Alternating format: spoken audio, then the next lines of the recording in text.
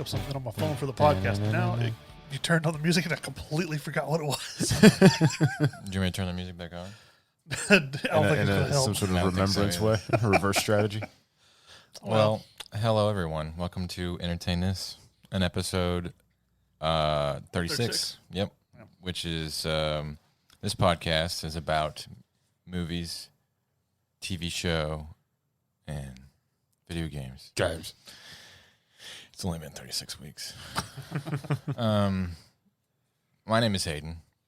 With me I have Mitch. and Tom. and we like to talk about things in the now, and thus being the month of Halloween, the month of horror, we are delving even deeper into our fascination with that movie genre. Specifically, today we're going to talk about film theory surrounding, and don't turn away just yet, it can be entertaining, surrounding what makes you afraid. What is it exactly that scares people? And what movies are scientifically proven to be the scariest. But we'll get into that later.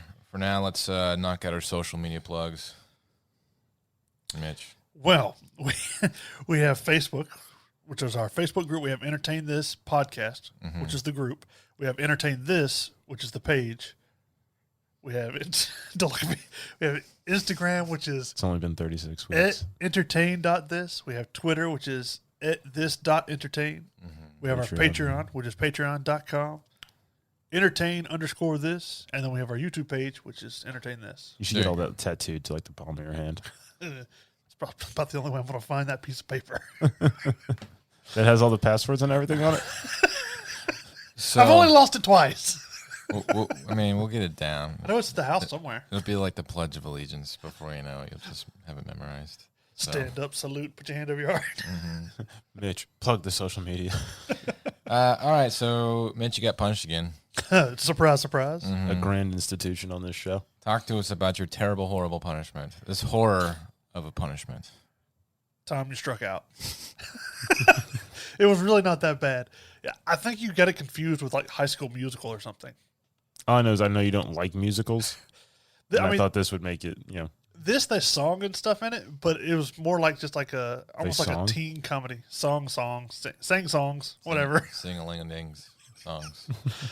But, they sung a couple of songs that, it was like 80s rock or whatever. Mm-hmm. But, The Journey. And, yeah, it was more about like this one teacher trying to get other kids to join the Glee club because it was his like. Oh, by the way, the show I had to watch was Glee. Anyways, For those of you who didn't know. but he's trying to get other kids to join the Glee club because it was his passion when he was younger, and they only have like 5 kids in the school that wanted to be part of it. So he's actively trying to get people in. Yeah, they're all nerds. Yeah. So They count it as 4.5 because he's got one kid that's in a wheelchair. So they want to get the jock guy to join the club, yeah, they said that cool. to get people into the Glee club, they needed popularity. Popular kids will follow other kids, or kids will follow the popular kids. Mm-hmm. So he hears this one kid singing like in the background somewhere. So he goes and looks, and it's like the star football player. So he kind of asks him to join, and he says no. So then he just kind of blackmails him. There's another teacher that throughout the show in the very first episode gets fired for like caressing this other kid as he's singing. So this other teacher has like a medical glaucoma or whatever, license. So he gets pot. He sells it to the other teachers. Well, this teacher got some from him and then like blackmails the kid saying, I found this in your locker. If you don't join the Glee club, we're going to have a talk with someone. And he's like, oh, I swear, I don't know whose it is. He goes, well, if you join, we can make this disappear. That's messed up. So basically he blackmails the star popular kid into joining Glee. And then the cheerleaders want to join because, they don't want this other pretty girl that's in the Glee club to take her man or whatever. So it actually wasn't a bad show. It's not something I would have chosen to watch myself, but it wasn't bad to watch. It's a crappy punishment, like in hindsight, when whoever has to watch it becomes a fan.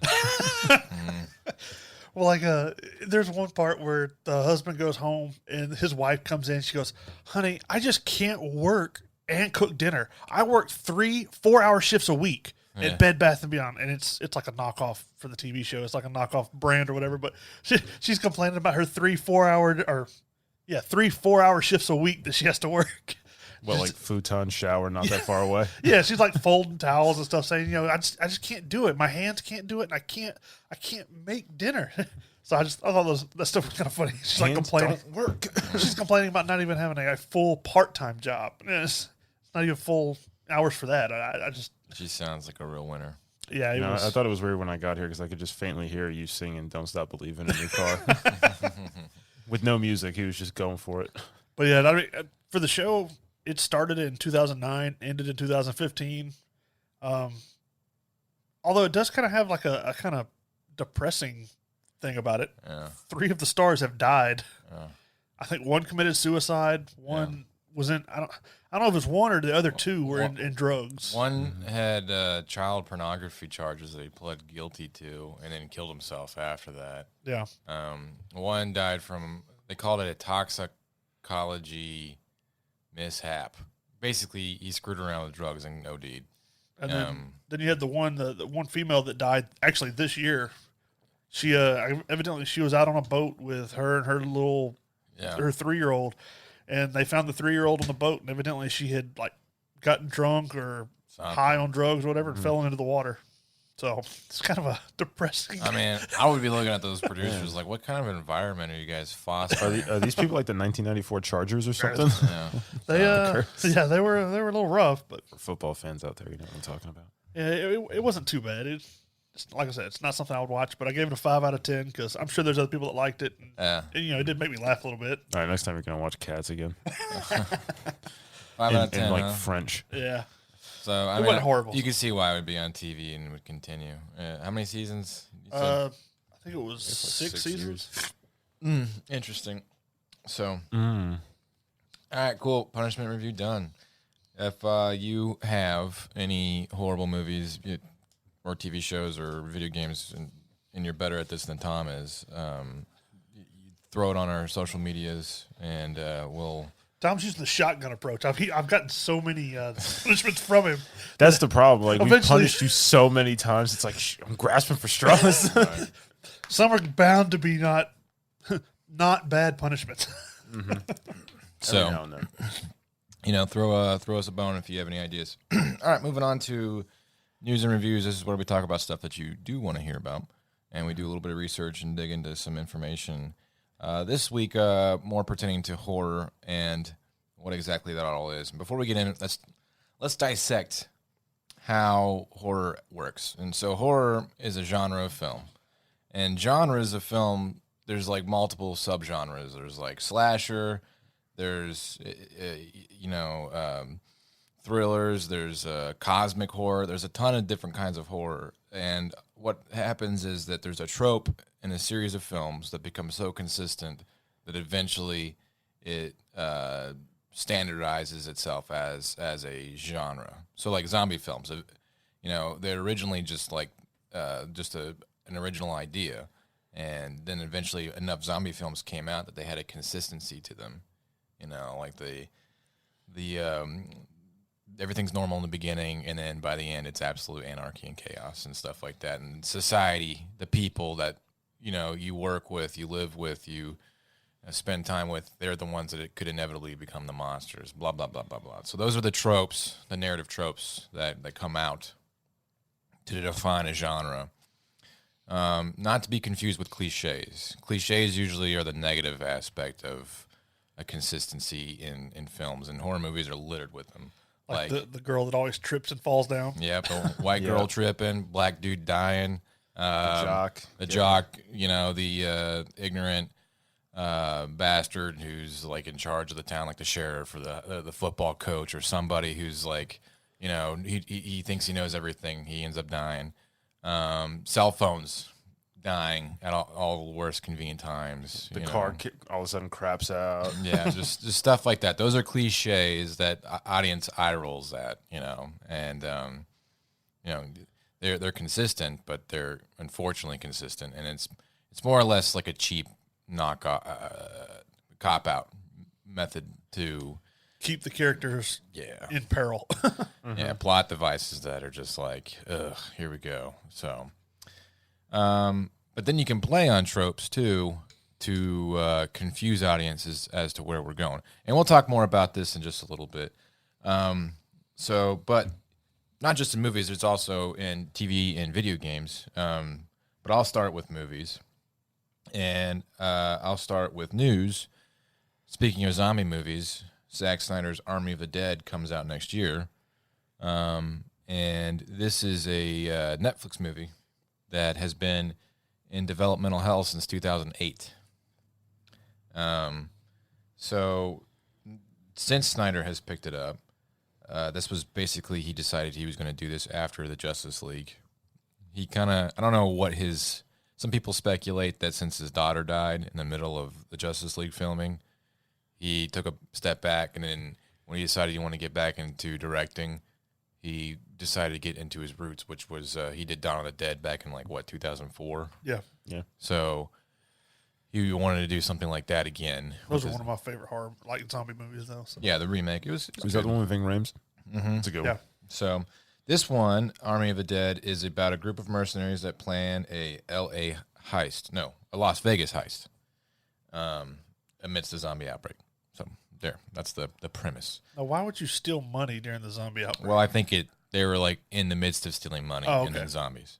So that's another thing is people are always living their life in zombie films, and then the outbreak Overnight. happens. Chaos. Like in Shaun of the Dead, he's going through a breakup with his fiance, and bam, zombie outbreak. They've had some casting issues. I don't know if you're familiar with Chris D'Elia. Chris D'Elia, the comedian? Yeah, he was casted in the film, and then he got some sort of sexual charge of something. I don't remember. I don't care, but they had to actually recast him with Tig Notaro. I don't know who that is either. But this guy was interesting because they basically had already finished the film when they had to recast. So they brought him in, and he just had to do standalone reshoots.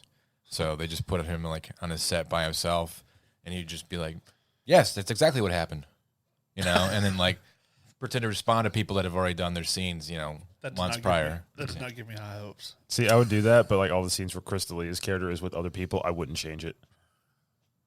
What do you mean? I just leave him in the movie and just do the standalone cuts with that other dude and just not explain it to anybody. Oh, who's this guy? Who's that? Let's see here. That's basically it. The only the most famous person involved in the project is Dave Bautista. He's going to be the star. So next is Ella Purnell. I don't know who she is. She's from Miss Peregrine's movie. Some Peregrine home for something children. Oh yeah. Foster's Home for Imaginary Friends. Yeah, that. But that's basically it. Everybody else is kind of. David Bautista's been in a lot of stuff recently. He's been busy. He's chasing the rock and that the whole I can do everything kind of. We'll be right back. Ever wondered what a rhythm-based stealth game with dinosaurs might look like? Or a farming sim in space with zombies? Welcome to the Gaming Blender podcast. I'm Matt, and with my co-host Scott, we take a random game genre and random game mechanics, blend them all up, and pitch wild, totally hypothetical games you've never heard of, and maybe shouldn't. New episodes every other week. Hit play and unleash your inner game dev. No coding required. Search the Gaming Blender on your favorite podcast app now.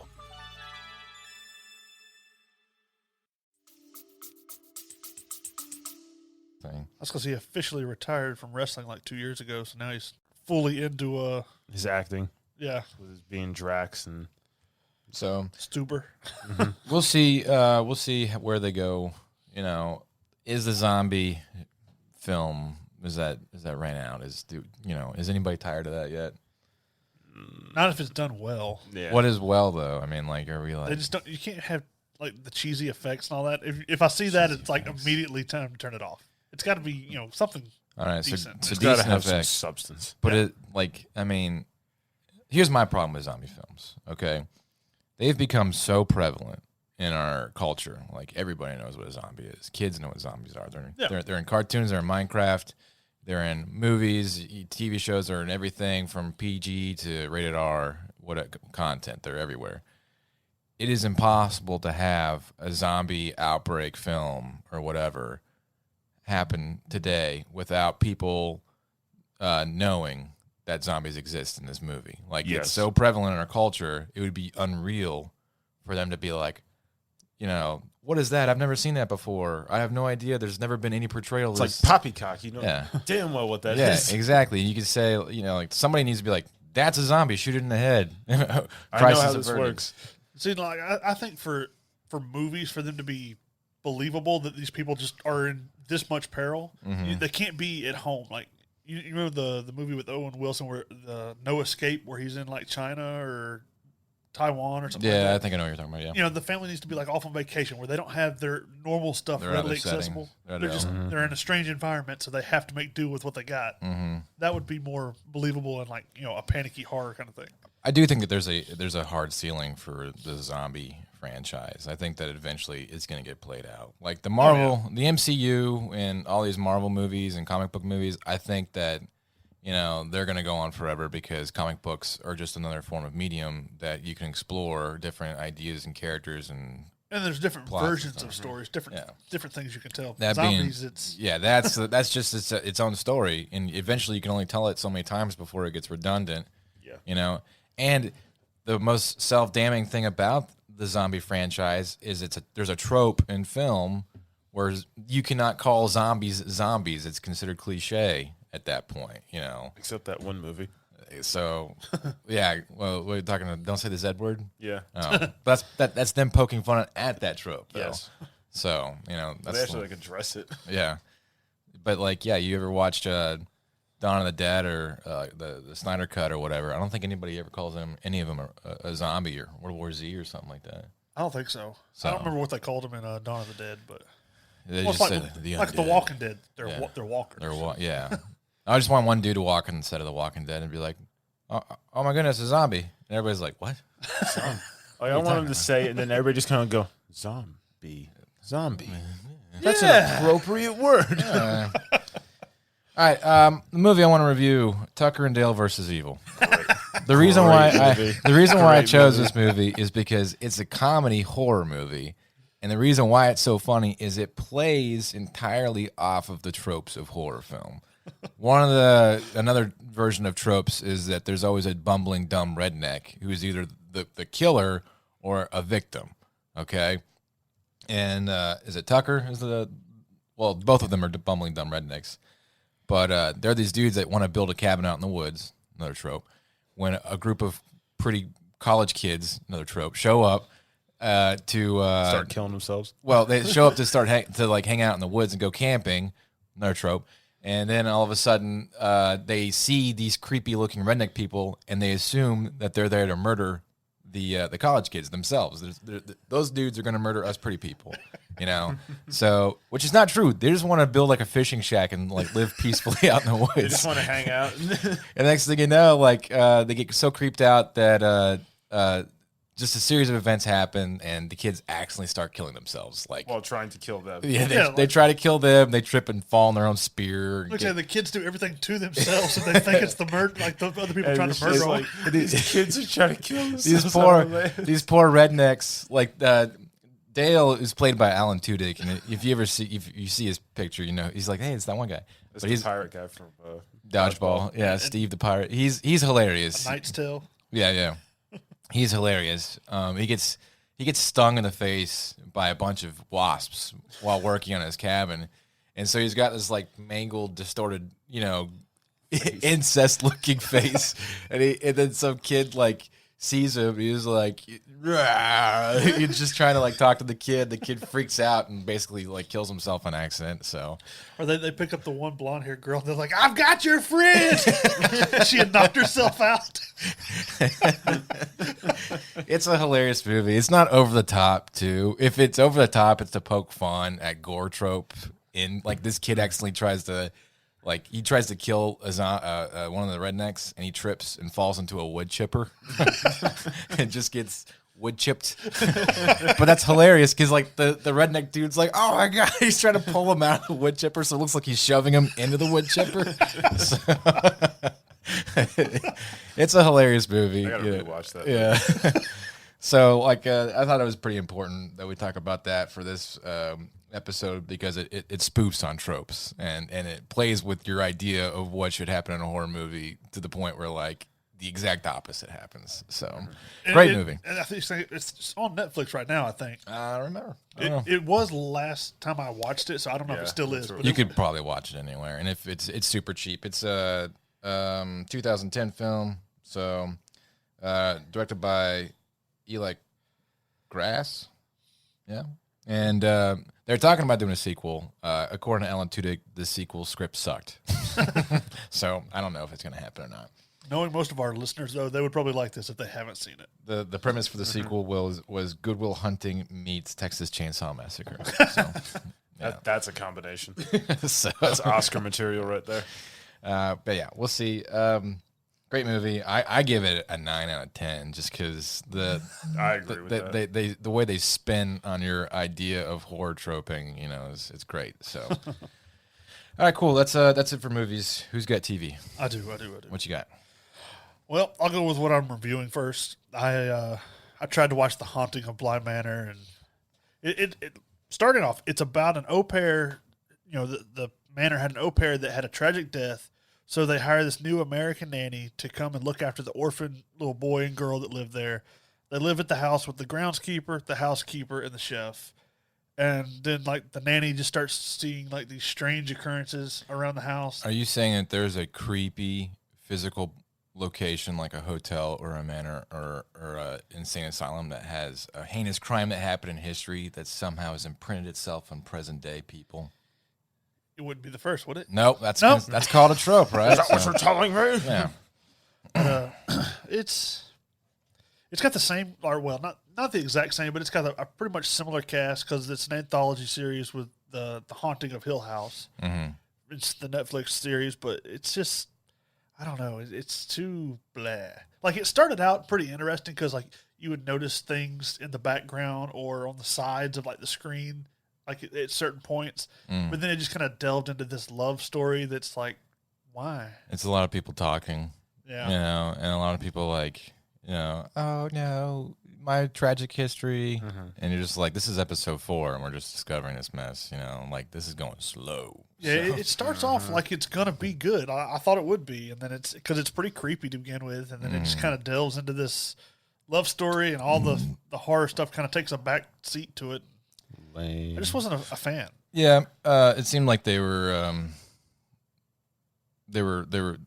had a lot, like they didn't have enough material for, I don't know how many episodes this season is, but it seemed like it was pretty slow. It's a lot of people wandering quietly through the hallway, and they're trying to build anticipation with them meandering, in spooky areas, and you're just kind of like, this is the 5th time this has happened, so I'm kind of over it now. And I've only seen the first 4 episodes, but it almost makes, like, the characters, I personally think that some of them are ghosts and they just don't know it. Probably The way they act and stuff, but like I said, I don't know. Some like Sixth Sense kind of deal. Yeah, I've only seen episode 4, so I might be right, might be wrong, but that's just the way it seems because they just act weird, and I don't know. And then supposedly the series is like influenced by the book The Turn of the Screw, which is supposed to be like a big horror genre writer that I don't know. I've never heard of it, but that's what the show was supposed to be based after. I don't know. I'm not really a fan of this series. I thought I would be. I didn't like the first one either. I thought the first one was stupid too. And then I didn't like it. It did really well, but it's more of the same. It was just a lot of people talking and whining about bad stuff that happened to them, and then like minutia scary, like 5% something creepy would happen. That's it. I want to say this. IMDb gave this like a 7.6, but I would say probably a 4, unless you just want to watch love stories. If you're into anthology series and you like American Horror Story, you probably wouldn't like this either. American Horror Story just kind of like foregoes like plot and reasonable story for just bananas crazy. This is a little bit more grounded and reasonable. It's just slow. It's like reading like a Jane Austen novel or something, but just because it's a lot of people talking about their feelings and whatever. All right, well, what else you got? We'll move on to my my news. I'd recently mentioned, or well, I don't know if it's recent, but I've mentioned that the Resident Evil is getting a Netflix series not too long ago. Well, now we kind of have a little more information about it. The plot is, the basic of the plot is like it's going to be 3 decades after they've discovered the T virus. There's going to be an outbreak, which kind of reveals all the dark, seedy underbelly of the Umbrella Corporation. They said they want to take this game back to like the roots of this movie. Or well, it's a TV series. Sorry, this TV series back to the root of like the games of like the horror element where you don't know what's going to happen. They want to surprise you. They want to scare you. Which is interesting because the games are actually based off of a Japanese film from the 70s. Oh yeah, I know that. Called House, I believe. That's deep in the recess of my movie knowledge, but I might be right. So, but they want to. I guess they want to get that feel of the original kind of games back into the show. It's not going to be anything like the movies. They're going to have all characters from the games. It's not going to be a bunch of made up people. Some of the cast, they're going to have Kea Scodelario. What'd you call me? It sounds like a disease that you get. She's going to be Claire Redfield, which she was in the Maze Runner series, and she was in the most recent like horror movie Crawl, where the alligators are like. It's almost like a Sharknado, but there's a hurricane in Louisiana, and then like all the alligators are in the washed up flooding area. Crappy movie sequels. That's another horror trope. There you go. You're gonna have Hannah John Kamen, which will be Jill Valentine. She was the villain in Ant-Man 2 that played like the ghost character. Oh, okay, she's all right. Yeah. Robbie Amell will be Chris Redfield, which he was Firestorm in The Flash. He was in the Code 8 movie for Netflix about the superpowers. And he was like the star of the Tomorrow People it only had 1 season on the CW, but I don't know any of those things. He's Stephen Amell's brother from Arrow, or not brother, cousin. So he's discount Stephen Amell? Pretty much. They look pretty similar too. They look like they could be brothers. You got Tom Hopper, which will be Albert Wesker. He was Dickon Tarly in Game of Thrones. Which one's Dickon? I know who you're talking about. He's him and his dad. Like the last season where they get burned alive by the dragons. Right. The dad was just going to take the hit. Oh, and his son's just like... So the son was Dickon? Yeah. Dickon? That's the one, like, he says his name and, like, what's his face? Bron just starts laughing at him, like, in front of everybody. Because of his name? Yeah. He's like, oh, Rickon. He's like, it's Dickon. He goes... If you're one of the people that didn't watch Game of Thrones, he was also Luther in Umbrella Academy, if you've seen that. No, I never watched that. Well, I had to watch that for a review, but... You also have Avon Yogia or Yoga. Yu-Gi-Oh? Leon. This is Netflix, right? Yeah, he's gonna be Leon Kennedy. He was if you've seen Zombieland Double Tap, he was the one that played Berkeley. That's the only major credit he has to his name. He was the guy that had the guitar and the slick back hair and the ponytail. Refused to fight. He was a pacifist. That's funny. So if you're used to these characters from the video games, they could be a completely different person. Then because it's a Netflix casting. Yeah. If that bothers you, that might be a thing. Leon Kennedy is the only one that I don't think he fits like the look of the character, but I mean, yeah, with makeup and a wig. I love when they said like, we're getting back to our roots with like all these things. It's like we're getting back to the roots, like the Halo series, also stuff like the Star Wars stuff that's coming out. It's like we're getting back to our roots. It's like, what does that mean? It's like you're just trying to capitalize on stuff we really liked a long time ago and hoping we'll like this. Right. And then the last person they have is Neil McDonough. Oh yeah, which is he's Dr. Birkin for the he TV played, series. Damien Dark. Yeah, Damien Dark. Arrow. He was in Minority Report as one of the officers that tried to arrest Tom Cruise. He was the bad guy in Red 2. Yeah. He was in Band of Brothers. Yeah. So a lot of stuff. He's going to be Dr. Birkin, which is like a virologist, so he's going to be one of the scientists. Dr. Durkin. So, and then the only other news I had was, everyone that likes The Mandalorian, Season 2 comes out October 30th. Yeah, it's about time. My son's super excited about it. The Baby Yoda show. Yeah. I don't know. I think video game into TV movie adaptations, I think that's a...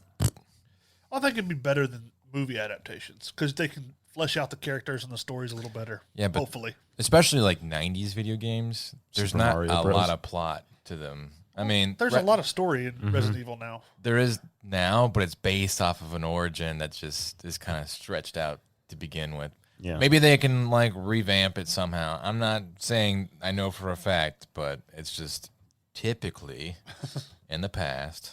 Yeah. So, video games. I play them. Yeah.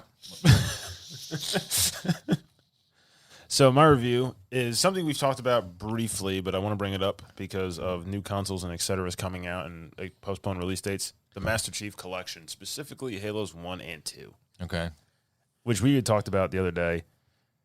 Halo 1 and 2 was pretty much like the genesis of greatness for most of us in our video game playing careers. Yeah, it was like the introduction to first-person shooters for a lot of people. I mean, like Counter-Strike existed, the original Call of Duties were around, but like Halo Combat Evolved was amazing in every way. And the Master Chief Collection did a decent job with, you know, uploading the graphics, but a lot of the stuff, playing it now, 20 years later, it's clunky, the dialogue is kind of but where they really succeeded, and the one you really should only play, Halo 2. Epic. Yeah. Akimbo weapons, the CGI, or not the CGI, the graphics for the cinematics look like you're watching almost a movie. Mm-hmm. They made a game that came out like, what, 2002? Yeah. Or 3 or something like that? Looked like it came out 2 years ago. Really? Have you not played it? No, I haven't. I Have don't you know. not played the remastered?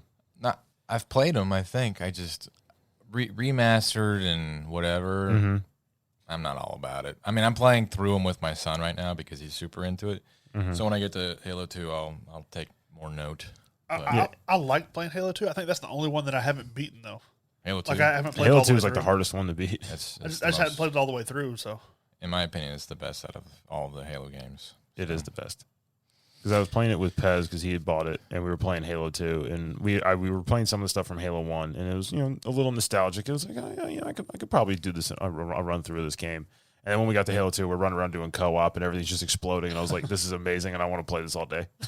I want to get back into this. That was a big part of our lives. Halo 2 definitely felt like it was a little bit more serious. Mm-hmm. Well, I like the story with the Arbiter and all that. Yeah. That was a good Halo 1 was just stupid, like Captain Keys, you know, give this man a weapon, you know. And he gives him his pistol. He goes, I don't keep it loaded. It's like, why do you have it? Yeah. It's a paperweight. No. Just the stupid lines they said, you know, people say, holy crap, it's the Master Chief. Can I have your autograph, sir? Yeah. Halo 1 was just, like, it was funny and fun as a kid, but, like, as an adult, you're like, ugh. Oh, I just like the little grunts that run around going, ah, trying to Yeah. run away. But like Halo Sorry. 2, it's like the story was really, really good. There's a lot of backstory and stuff they introduced. A lot of, you know, this is why things are happening. Mhm. So I think that was probably it is the best Halo game. Halo 3 kind of was like a cruise control. Like, let's just finish out the this little series of plot that we had. I don't remember Halo 3 at all.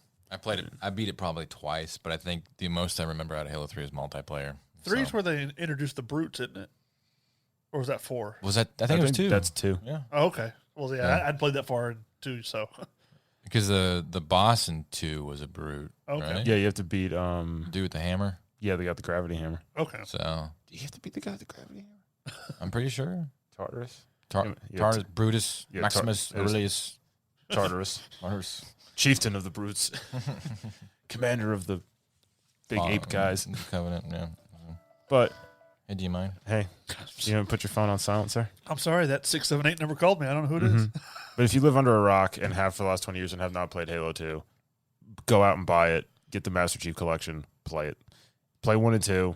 You can play 3. 4, just don't even bother. Delete it from your Xbox. You don't need it. All right, what else you got? On to news. Mhm. Came out yesterday, or actually today, didn't it? Mm-hmm. Warzone Zombies. It's back. So No. we have played.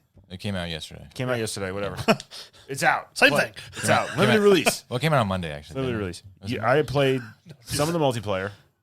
So in the multiplayer now, in like the Halloween thing, night modes, ghosts and stuff is going around. Enemies got like flaming pumpkin heads. Yeah. They really went all out with some of that. But Yeah, it's a free. Yeah, like if you have Warzone, It's this is free, and this Yeah. is by far like the best part of Call of Duty right now. Like bot or not, you know. So it's the most fun I've had playing a video game in a long time. it is startling.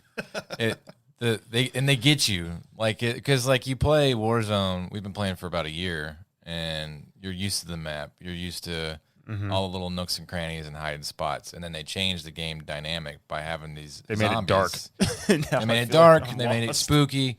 They have these zombies that players turn into when they die. They can just launch themselves super high with their crazy zombie jumps. You pretty much like Hancock around the map. So your strategy, your used to strategies of this map is just out the window. You can't be like we usually play get up high, get isolated. You know that doesn't work anymore Because they can fall from the sky. They can just jump up. Because I mean, we were losing it. We fought in prison.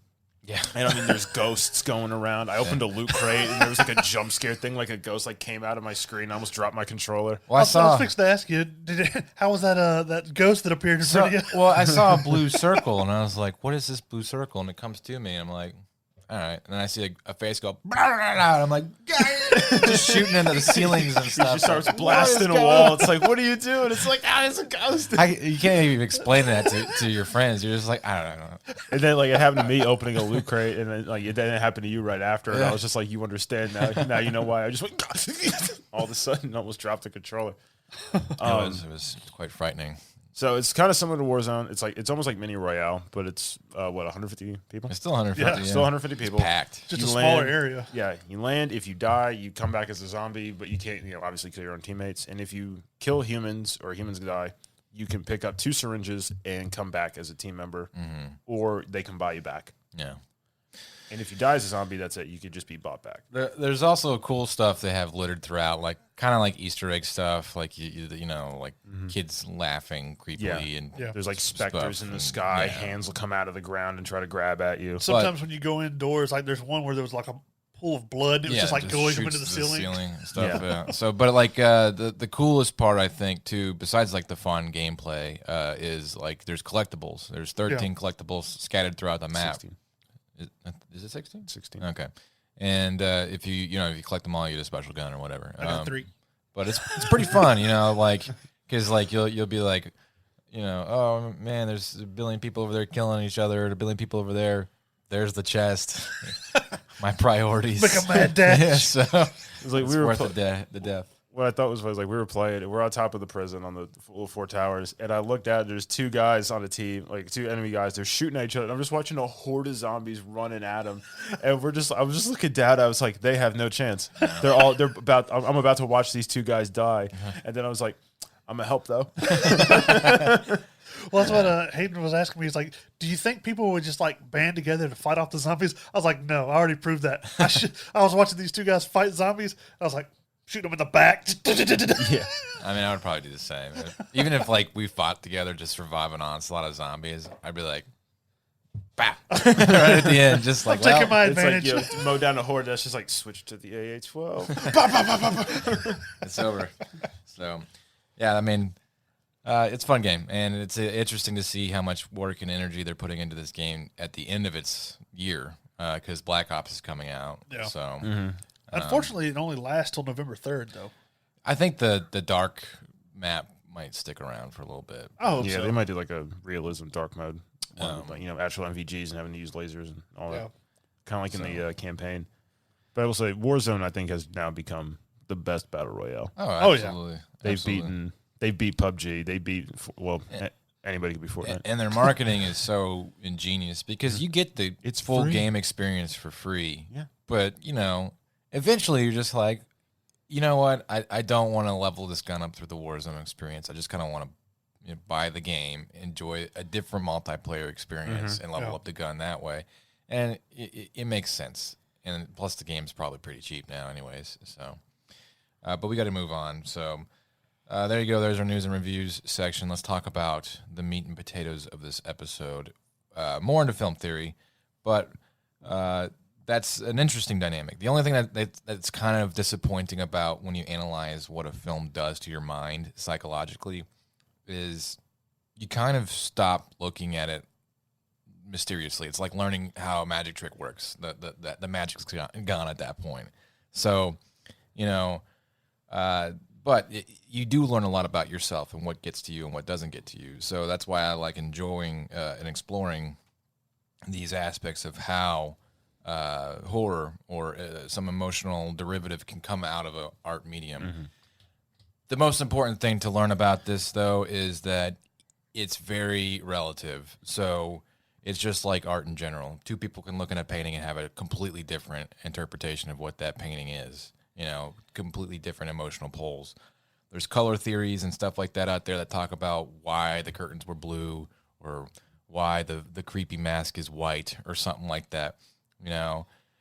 And everybody has their own opinion on what that does to them, you know. But for the most part, there are tropes in horror that generate a certain sense of horror that specific movies that we have examples of can derive consistent aspects of these subcategories of horror. And I'll let Mitch explain. So, I mean, and some of these kind of can cross over on top of each other where, you know, they're similar. There's just slight differences between different things, but we'll start off with like number one that they, you know, in this article that we've looked at, it talks about negative space, which, you know, negative space it's like you're looking at the movie, you see the main character, and then in the background, you unless you're looking closely, you don't notice, but there's like a shadow person standing in the corner. right. You know, as the camera pans across, it doesn't bring attention to it. You just, if you see it, you see it. If not, you know, you're just following the character. Stuff that you wouldn't necessarily notice, or like you were talking about, if the room is so, you know, packed with just all these different things, like a room full of dolls, and you just see one doll's head turn. You know, if you notice it. Well, so the way I interpreted it was negative space is you are looking for something that is probably not there to attack your protagonist, your victim. Yeah. So somebody walking through a hallway and they're just You see just all shadows. yeah, And you have no idea what it is, okay? And then positive space is they're in an antique shop and you don't know what it is. There's a reflection in the mirror, the rocking chair's moving, that doll, I think I saw it move, you know, that candle just get blown out. There's so many things in this place you don't know what to look for because there's too much energy. There's too much, that's called what we call positive space.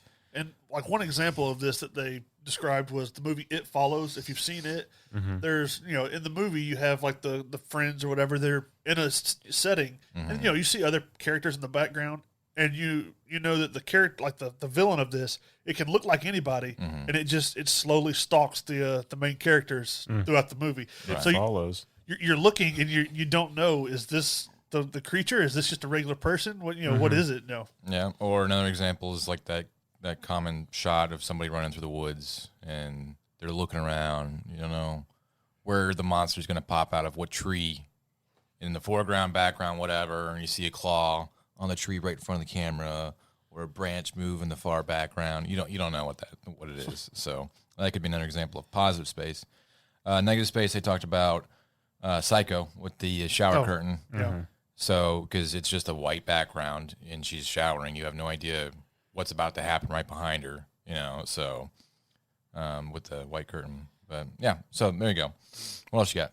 We got number 2 on the list was subliminal, which, you know, it's something that's like unconsciously unsettles you, and you can't necessarily put a finger on it. Yeah, I think cosmic horror is a really good subgenre that does this because there's so much science fiction crap happening in a space movie that you don't understand how the technology or whatever it is going on is happening, but you're creeped out for some reason. Just because it's a setting that you can't identify with. It's Yeah, 2001: A Space Odyssey is really good for that. You don't know why these dudes descending into a lunar crater is bothering you, but the music shrilling and then moving really slowly and being concerned about what they're walking towards, none of that in individual aspects would bother you, but all of it put together does for some reason. It gets under your skin, and you're just kind of like cautious for them.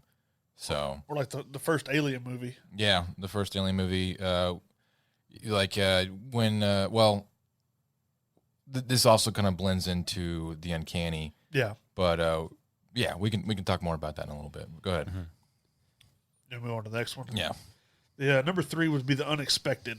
Like, so it's not necessarily a jump scare, but it's something that you wouldn't expect in a scene. Like in Insidious, there's this one scene in the very first one where the dad is sitting there talking to his mom at the table, and they're just talking, having a conversation about the things that have been happening.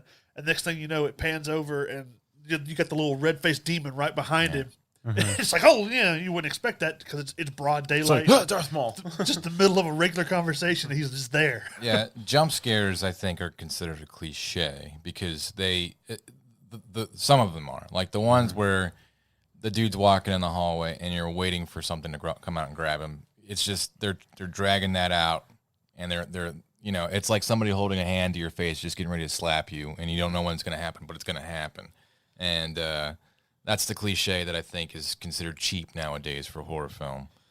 But the unexpected is like there's no build up to the scare; it just happens. Like dude just spontaneously gets it. We talked about, like you were talking about, the Sixth Sense, where the kid gets into the tent and he everything's fine, he's safe, and then he looks to his right. There's the girl with like the vomit coming out of her mouth. All of a sudden, one poor use of unexpected nowadays is like the dude that is ranting and raving, breaking up with his girlfriend or whatever, walking out into the street and then gets ran over by a bus out of nowhere.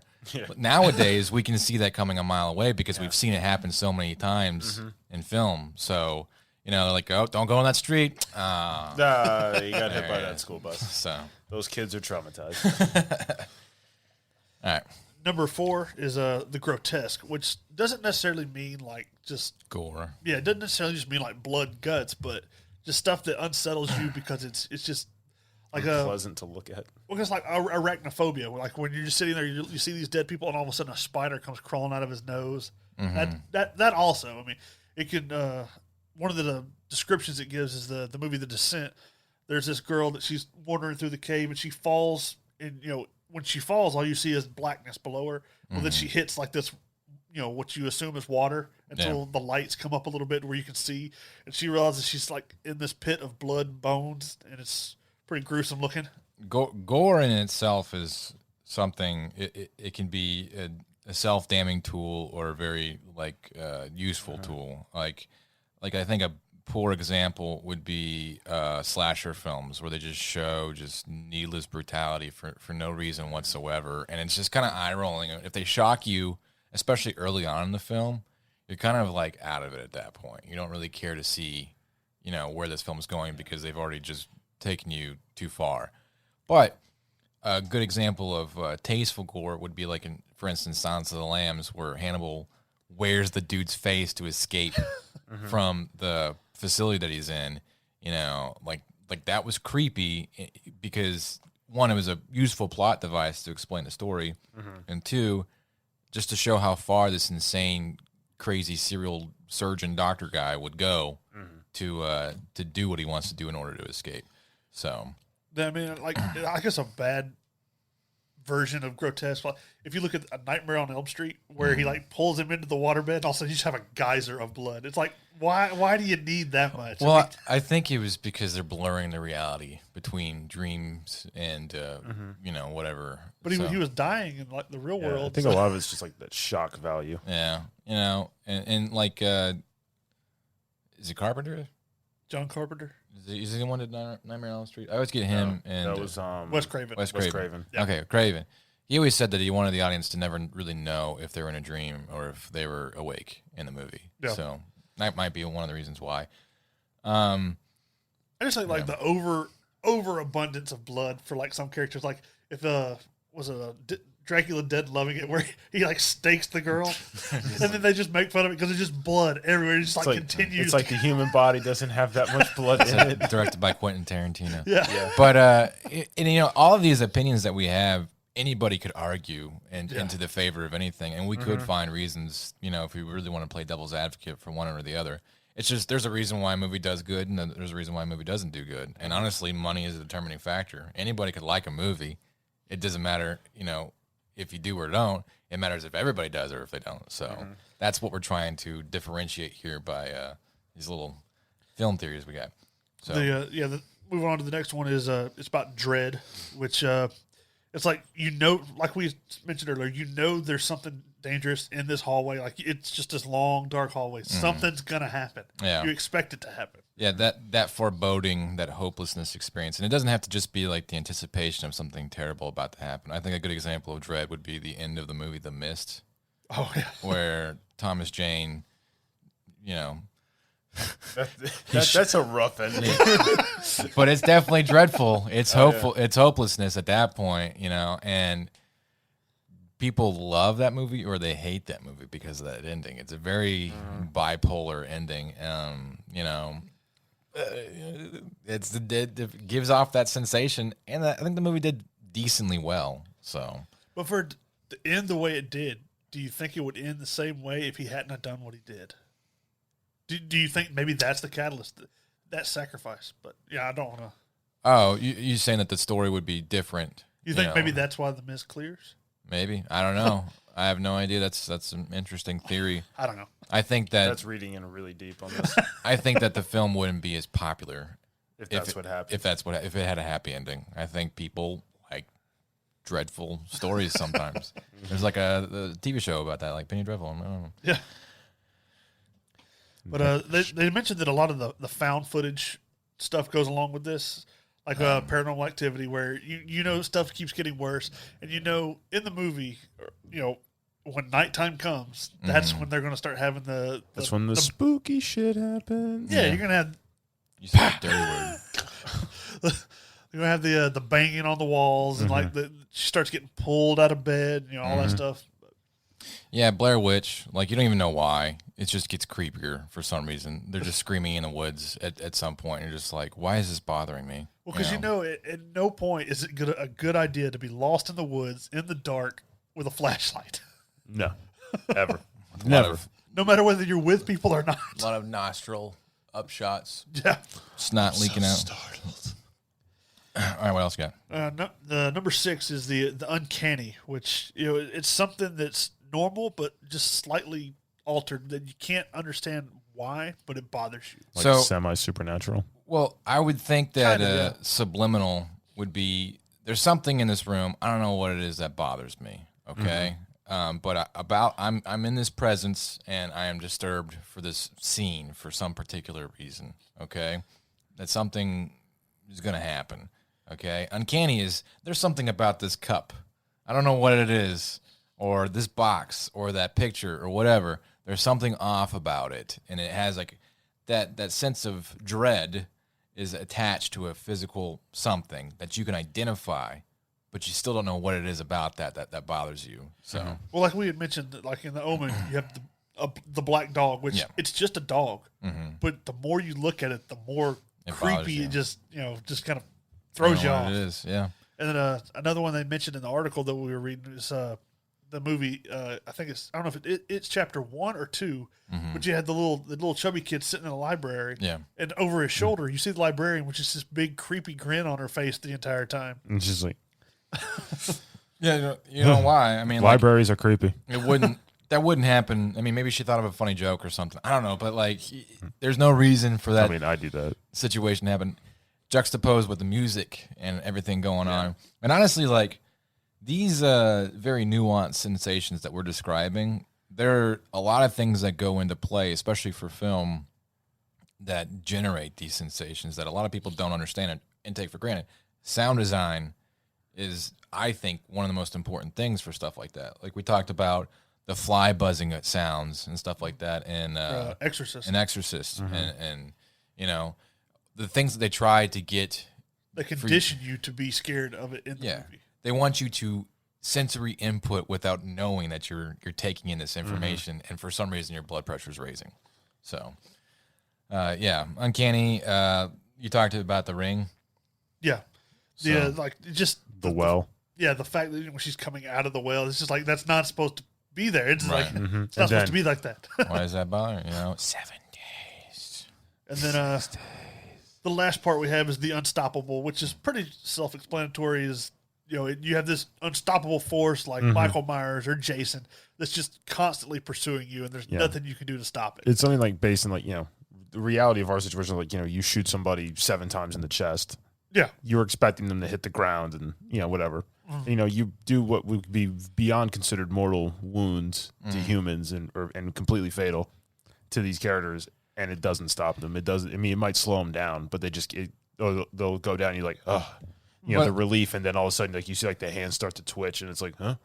Let's talk about that for a minute. Like, at some point, watching Michael Myers get shot 15 times, sometimes in the face. You know, your suspension of disbelief is slowly stretched further and further out, and then eventually you're just kind of like, okay, this isn't a real movie. This could not be based in reality anymore. It's now a supernatural film. Yeah. You know, I think it's creepier to acknowledge that right from the get-go with like Freddy Krueger or science fiction like Predator, where you've established that this is an otherworldly entity. And you don't know what it's capable of. You don't know what it's going to happen. But it's easier to believe it would survive these things. Exactly. Yeah. Instead of just like some, jack creepy dude wearing a mask running around. Although, like the Halloween movies, like they got worse and worse and worse and worse as they went on. Because in the first one, I think he gets like poked in the eye with a coat hanger. Yeah. Which, I mean, that would hurt. Yeah. Stabbed with a sewing needle. He gets stabbed like in the neck-ish. Or like a knitting area, kind of needle. with like a knitting needle. Like, probably not that far in either, but gets stabbed with that, and then he gets shot 6 times in the chest. Yeah. And just bow, bow. And then the sequel after sequel after sequel. Yeah, he gets lit on fire. And they shot with shotguns. They blow him up with dynamite. They try to reboot it, make it, the Rob Zombie stuff, and try and make it better, and then it gets dumber and dumber. It's dumb, stupid. I think that they should do like a Sharknado 15, but they cast an A-list cast. Like they have Brad Pitt, Tom Cruise. They got Robert Downey Jr., Sam Jackson. They got it all, and they don't. The Avengers. They pick it right up after Sharknado 14 to 15 to just recast with all these A-listers, and they don't explain anything. They just pick it up like they've been doing this the whole time. I want that movie, but I want it like all these people, but I want Halloween like 15 or whatever it's going to be now. But I want Michael Myers to be the good guy. Oh yeah, I want him to be the protagonist. Have you guys seen this YouTube video called "The Michael Myers of Decatur"? No. Apparently, I don't think it's Decatur, Georgia, but there's some place. My wife was talking to me about this. That there's this guy who just dresses as Michael Myers. He just drives around a station wagon. Well, like he terrorizes his wife essentially, but like so like apparently like he just goes around and his wife will get phone calls and be like, your husband's on her business roof, and she'll just be like, gall darn it, and happier language, but she'll go to the business and he'll be just standing there with his knife in his hand, just like looking at people, and she's like, get down, get in the car. He'll go pick up his kids in that Michael Myers outfit in a golf cart at school, just like staring at everyone to tell him to get in the car and stuff like that. He doesn't say anything. I saw that like video on Facebook. One thing that was funny, like when I was a kid, neighbors down the street used to do this crazy big haunted house at their house. It was like the front yard, the garage, around the back, and it came out. And they had like a life-size like mannequin model of Michael Myers. Mm. And periodically throughout the day, like they'd move it around. Like nobody was really paying attention. But the guy, his brother, was like the exact same size. So he would show up at some point, dress as Michael Myers, hide in a different spot. And kids would kids would go to the haunted house, freak out, leave, and bring their friends, and be like, "Oh yeah, it's just a dummy." And he'd just be standing there, and all of a sudden he'd just grab one of the kids. And just immediately go limp. I think he said I talked to him one day about it because like he scared the crap out of me and my brother, and I was like, I paused for a second, because like my brief life flashed before my eyes. It was like 2 seconds of. And I was like, "How many people have you scared?" He's like, "I made 2 kids crap themselves today." Well, when I was in college, I lived in the dorm rooms, and I'm not a small person. Really? For anybody listening, I thought you were a midget. I'm a fairly large individual, and my roommate he had gone down the hall to like the showers or whatever, so he was taking his shower. So I put on my Carhartt jacket, long blue jeans, boots, and I had a Jason mask that I put on. And in the hallway of this long hallway of the dorm rooms, I turned the lights out to where only the exit light was shining, and I just stood under the exit light waiting for him to come out. He'd come out of the shower, and he'd come out into the hallway in his boxers or whatever, and he was just standing there, and he goes, "Oh hell no," because he was not a fan of horror stuff. I bet. And so he was standing there, and I just slowly started walking down the hall towards him. And you just heard his keys jingling trying to get into the room. That's like you start walking, just like slowly tapping the machete against the door handles. It's like glink, glink. I got a part-time job in a haunted house when I was in college, and they had me be the zombie in the meat locker. And so, like, the tour guide that takes him through the haunted house, he walks him into this meat locker, but the lights are off. There's just bodies of mannequins and, like, dangling body parts and guts from all over the place. and then I'm in this like grotesque zombie outfit hiding in a corner, and you can't tell even if the lights were on, but the lights are off. So he walks them in there. He turns on the lights for just a second where they can see everything, and then the bulb flickers off like it went out after he turns the light on. So he's like, "Oh no, the power went out," and then the tour guide mysteriously disappears, and everybody's just like left in there like trying to figure out. They're like running into like arms dangling and stuff like that. And I would wander into the crowd, and I could feel like hands like touching like the ribs and bones sticking out of me. They'd be like, "What? Who is this? What is this?" And then a blare light would click on, you know, and then start flashing blaring lights, and I just go, "Rah!" and just start screaming. There's this big like 7-foot dude next to me, and I was like, "Bah!" and I was like, "Oh." This dude screamed like a girl. You know, he screamed. He was like, "Eh!" And then like, so there's like an escape hatch that I have to pop out at, but I had a little grate that I could peek through. So I'm peeking through this grate, and I'm just like, finally, tour guide's like, "Oh, there's lights. You know, everything's fine now." The guy's just like standing there. He was wearing like faded jeans. I totally saw pee. I was like, yes, I made that grown man urinate himself. I made that large manly man. I'm so happy about himself that. like a little kid. So we could talk about these horror stories that we've all experienced, and you know. But to get back on topic here, and you know, maybe it's not too far off topic. These sensations that we experience through these specific categories may have some sort of personal connotation to you. You may have been terrorized in a hallway, okay, or you know, when the lights go out and you have this like ASMR. What is that called? Wait, that's a pleasurable experience, isn't it? What's that called? that noise thing that people have when I don't know. Anyways, so you may have some sort of noise sensation when the lights are out that terrorizes you, and then what's a very dark scene in a horror movie. You know, all that sound design really plays with you. You're the Jason. Yeah, stuff like that. So, you know, and those are based off of some sort of like spiders. Arachnophobia is a movie that's hard for me to watch. Yeah.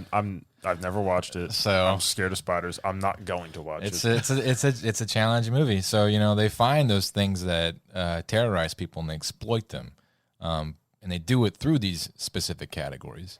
I think there's some therapy, though, to be said about that. You know, that if you can kind of endure the sensation of the trauma and it's not going to hurt you. It's just going to just mess with your head for just a little bit. And then you're probably going to think about it for a while after that, and then you'll be over it, you know? So, you know, like Jurassic Park. Jurassic Park terrorized me as a kid. Yeah.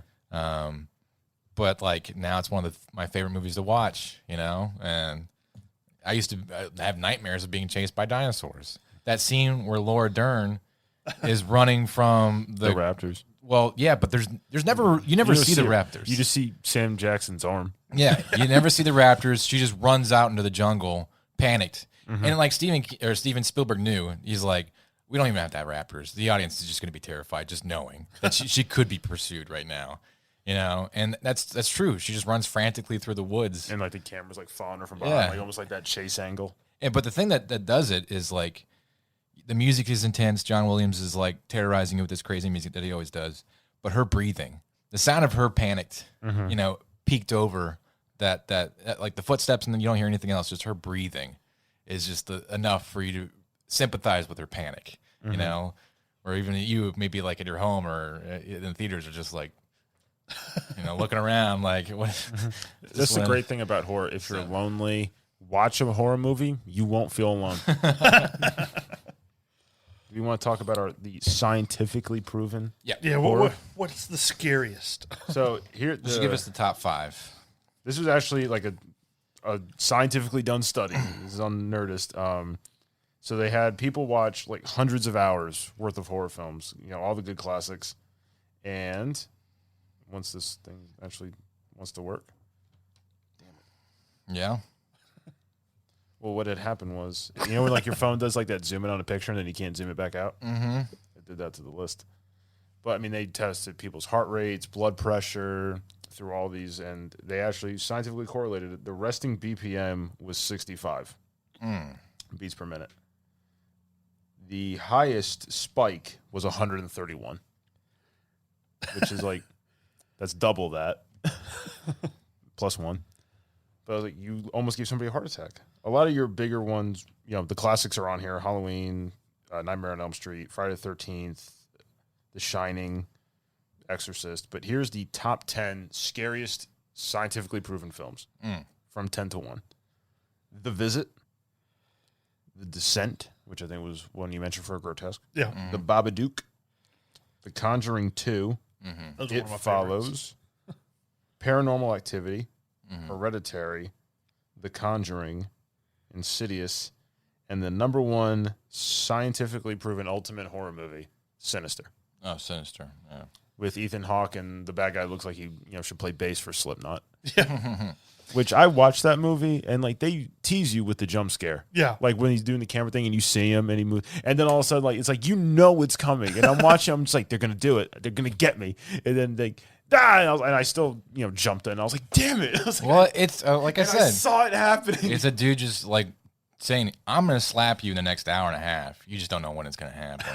So you're just like, you're just bracing for impact. It's like you ever seen How I Met Your Mother, where what's his name, the bro code guy, Barney Stinson. Barney Stinson. He No Patrick Harris. he pisses off one of the characters in the show. And throughout the next season, the whole year, he gets 5 slaps. He can slap him 5 times whenever he wants to, at any point. And you forget about, even the audience forgets about it at certain points. It'll be 6 episodes later, and randomly he'll just slap the crap out of him, and I'll be like, "That's 3." So It's like they're at some event or whatever. It's like yeah, bam, yeah, it's 2. Yeah. It's like, damn it. that's exactly what it's like in the movie. When they jump scare, you're just like, "Oh yeah, I forgot." You're gonna do that. So One thing I thought was weird though, these top 10 films, these are recent movies. yeah, a lot of them are. I mean, I honestly do think horror is getting better because, like, if you think about it, we did a little bit of research. Jump scares and stuff like that, what you would consider a typical horror film, they didn't really perfect until about the 60s. Yeah. They tried it in silent era, and it just wasn't happening with, like, Phantom of the Opera and stuff like that. But really, when the 60s and 70s kind of hit, that's when they started to really throw out more horror finesse. And then I'd say in our childhood, they really doubled down on jump scares. Yeah. Everything had a jump scare. Comedy movies had jump scares at certain points. Why That not? stupid car commercial where the car's going down and all of a sudden, Yeah, everything had a jump scare at a certain point. So nowadays, people, I think, are a little bit more creative and tasteful. And I do think that horror is going to inevitably get better as long as they get away from this indie crap where people are just wandering around. not good.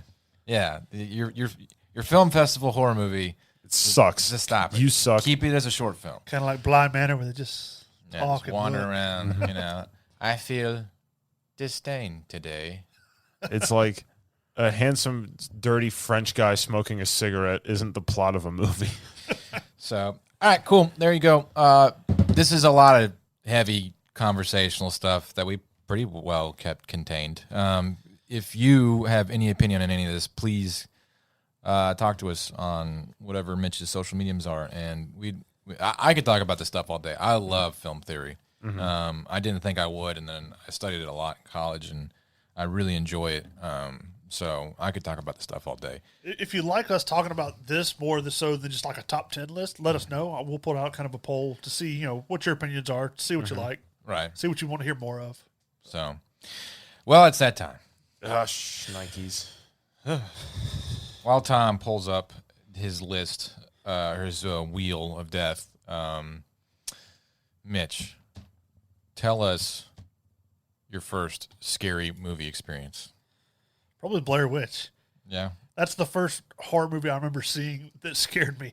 I mean, I was a kid, so it made me like I was big enough to where I wasn't sleeping with a nightlight anymore. I was wearing big boy pants. I need my Blakey. I don't remember what binky. Well, I don't remember what age I was, but like I was big enough where I didn't sleep with the closet light on or nothing like that anymore. This movie made me sleep with the light on for 2 weeks, just because as a kid that was a fear I had because my dad would take us hunting and he'd go, "All right, go find the stand." So I'm supposed to walk a mile through the woods in the dark with a flashlight. I'm not even 10 years old. And I've got a gun. That seems rather irresponsible. Well, I mean, I've been doing it since I was 5 years old. All right. Hey, you turned out all right. He didn't die, so it all works out. All right, hit that wheel. It was a real life scare. This is real life scares. Yes. Yes, by Hayden for Good. movie. Good. It's about time. Number All right. 5 out of 36. You have to watch this movie, okay? If it's arachnophobia, I'm not watching. It's not I'll arachnophobia. punch You in the have throat. to watch this movie, all right? And you can't do this whole, I watched 20 minutes of clips on YouTube thing. I don't care if you have to spend $100 to watch this movie, all right? This is only your 5th punishment in 36 episodes. I think he's feeling some kind of way. You will watch this movie, all right? Let me find the trailer. What the heck? Shoosh. Shoosh.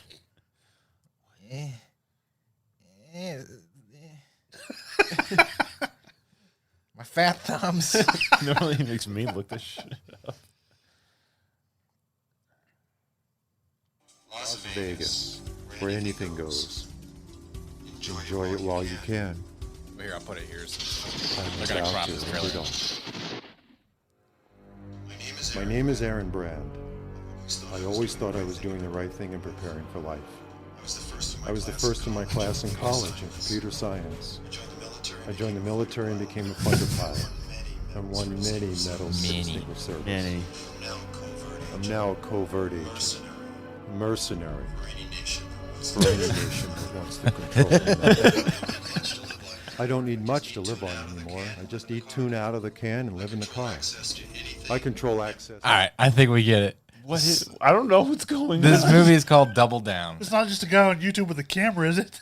No, this was made in the past 20 years, but Was it really? Yeah.